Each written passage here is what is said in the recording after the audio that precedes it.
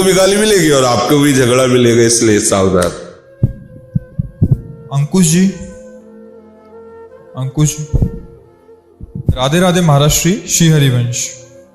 महाराज श्री, मैं ग्रस्त में हूं और ग्रस्त में कई बार इंद्रिय भोग विलास से लिप्त होना पड़ता है, कभी अपनी कामना वासना के अधीन होके तो कभी संतानोत्पत्ति के लिए।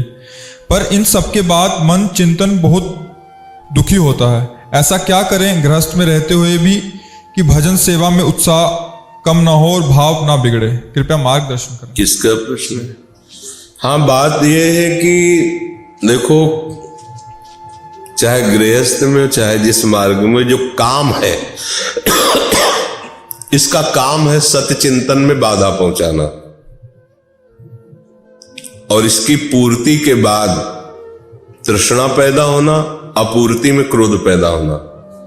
काम से कभी किसी को विश्राम में शांति तो मिलती ही नहीं है, ये तो पक्की समझ लो। हाँ, गृहस्थ धर्म में इस काम का सेवन गृहस्थ धर्म के पालन के लिए होता ही है। कोई भी हो जो गृहस्थ स्वीकार किए तो ये काम लीला होती ही है। अब इसको संयमित भी किया जा सकता है, बस इसमें एक सुधार करना है। छूट नहीं दे देने की हम गृहस्थ हैं तो चलो भाई, ऐसा नहीं। आप जितना लंबा समय निकाल सकते हो उतना निकालिए। फिर जब कभी ऐसा संयोग हो तो प्रभु को पहले प्रणाम कीजिए, क्योंकि चोरी तो नहीं कर रहे ना, कोई गंदा आचरण तो करने दूसरे के साथ जाने, अपने घर का विषय है ना।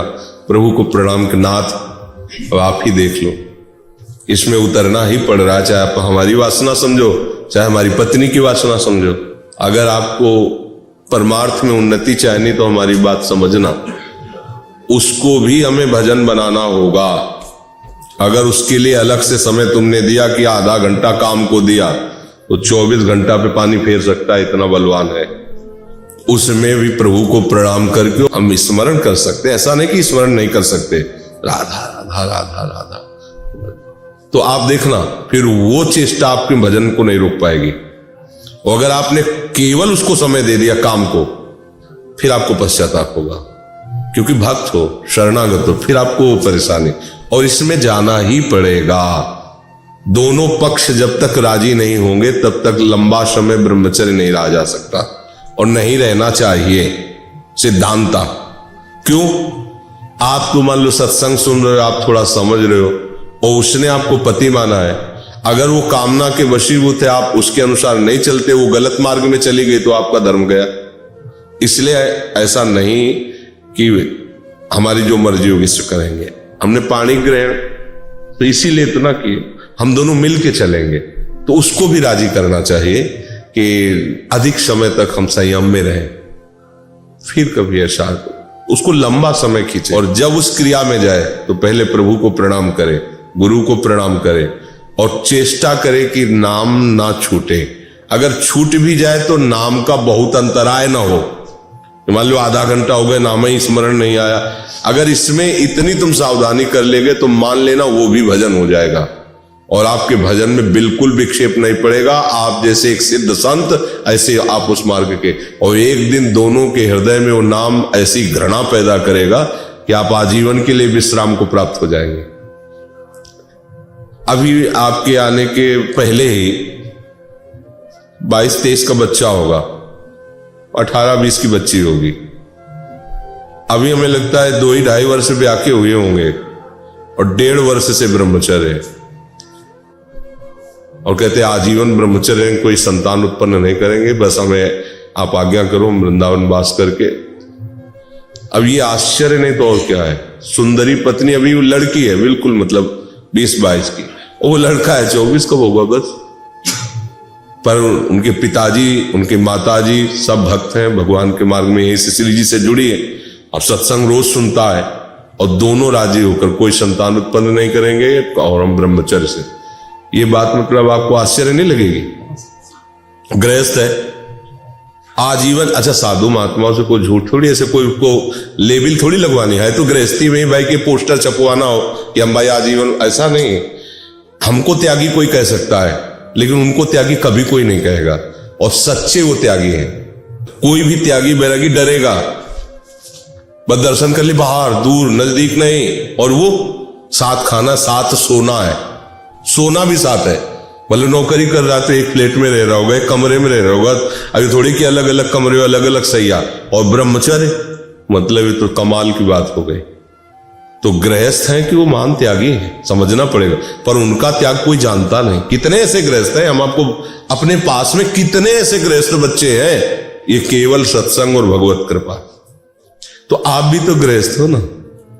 पर एक बात जरूर ध्यान रखो, यदि आपका दूसरा साथी, तो फिर आपको संभालना पड़ेगा ना चाहते हुए भी, क्योंकि उसने ये नहीं सोचा था, वो तुम्हें केवल पति मान के स्वीकार किए थे, तो तुमको वैसे ही व्यवहार रखना पड़ेगा। उसके सामने ज्यादा भक्ति का ऐसा रोल कि नहीं, अब हमसे तुमसे मतलब नहीं, तो फिर अगर वो गलत मार्ग में गई तो आपने हाथ पकड़ा था, तो कैसे हाथ पकड़ा, फिर आप गलत मार्ग में उसको पहुंचाने के लिए पकड़ा था क्या? तो ये चीजें ध्यान रखना चाहिए, और उस समय भगवत स्मरण करते रहना चाहिए, तो कोई भी बाधा परास्त नहीं कर पाएगी। गृहस्थ कोई निंदनीय मार्ग नहीं है।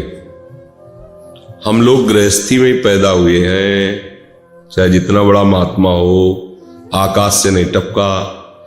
और गृहस्थी में पैदा हुआ तो संकल्प से नहीं पैदा हुआ, काम से पैदा हुआ। सार्थक हो गया उनका काम, जिनके यहां भगवान की भक्ति करने वाला बच्चा, देशभक्त, भगवत भक्त, परोपकारी, सार्थक हो गया गृहस्थी। पहली बात। दूसरी बात, कोई भी विरक्त का भरण पोषण गृहस्थ से ही होता है। कपड़ा, भोजन, दवाई, सब, वास। हम कह जरूर रहे कि श्री जी से चल रहा है, पर श्री जी किससे करवा रहे हैं? गृहस्थी से तो करवा रहे ना। तो गृहस्थ धर्म इन आश्रमों का दाता हुआ। वानप्रस्थ, ब्रह्मचर्य, संन्यास श्रेष्ठ ये है, समझना। श्रेष्ठ ऊपर के फ्लोर है, लेकिन गौर से देखो, अगर नींव ना हो तो ऊपर का फ्लोर क्या होगा? गृहस्थ नींव है मकान की, वानप्रस्थ, ब्रह्मचर्य, संन्यास, यह फ्लोर। नींव क्या है? गृहस्थ। हम पैदा भी गृहस्थ में हुए, हमारा भरण पोषण भी गृहस्थ से ही हो रहा है। तो गृहस्थी कोई निंदनीय मार्ग नहीं कि भैया अब हम तो गृहस्थ ठहरे, ऐसा नहीं है। गृहस्थी भगवान का मार्ग जितने भी हैं सबकी नींव है। कोई किसी भी संप्रदाय का हो, सबका भरण पोषण किसी न किसी गृहस्थ से ही हो रहा है। आप देख लीजिए, किसी भी संप्रदाय का संत हो, कहीं भी, कोई भी। ये सोफा गृहस्थ के द्वारा दिया गया है, भोजन गृहस्थ के द्वारा दिया गया, तो शरीर, दवाइयां गृहस्थ से चल रही, डायलिसिस गृहस्थ से हो रहा है। हर बात हमारा क्या है? तो पैदा हम गृहस्थ में हुए, तो अगर ज्यादा हम विरक्ति की मुच्छटें, तो हम है क्या? आप समझो, भगवान के आश्रित, लेकिन हमारी उत्पत्ति गृहस्थ से हुई, हमारा भरण पोषण, साधना, ये सब गृहस्थ से पूर्ण हो रहे। तो गृहस्थ मूल हुआ कि नहीं हुआ? प्रगट व्यवहार में कोई भी यज्ञ करो, कोई भी दान पुण्य कुछ भी हो, किसी का आटा, किसी का घी, और यज्ञ कर रहे बाबा जी, समझ में आ रहा है? किसी का, समझ गए? समझ रहा, नाम हो रहा है किसका? बाबा जी का, लेकिन किसी का आटा, किसी का घी। बात तो ये चल रही गृहस्थी की। तो आप लोग ये मन में लाके कि हम तो गृहस्थ हैं, ऐसी बात नहीं है। धर्म से चलो तो गृहस्थ आश्रम माता की तरह हर आश्रमों का पोषण करता है, हर आश्रमों का। वानप्रस्थ, ब्रह्मचर्य, संन्यास, सबका भरण पोषण गृह।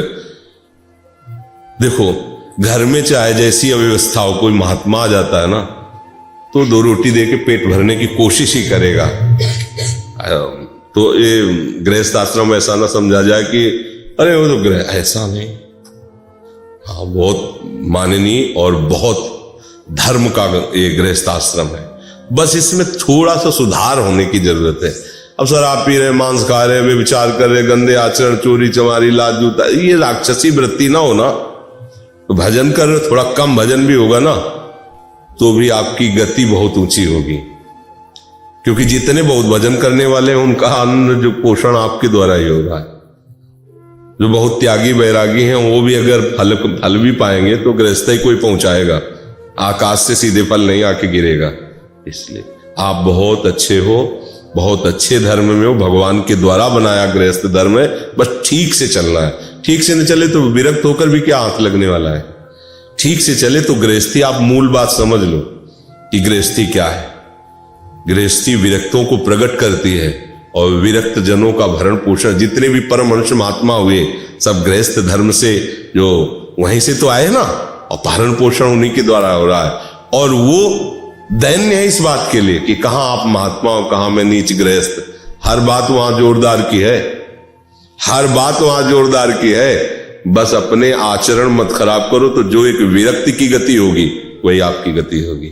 इसमें अंतर नहीं, इसमें अंतर नहीं कि आप भाई गृहस्थ हो तो बातें नहीं। गृहस्थ होते हुए आप अगर ऐसे आचरण करते हो ना, अतिथि सेवा, साधु सेवा, भगवत आराधना, नाम जप और मेहनत करके, तो भैया बहुत बड़ी यज्ञ हो रही, इसमें कोई चिंता की बात नहीं है। बस हाँ जी, वो गलत आचरणों में हमारा चिंतन जाता है, उसमें थोड़ा नाम जप तो सब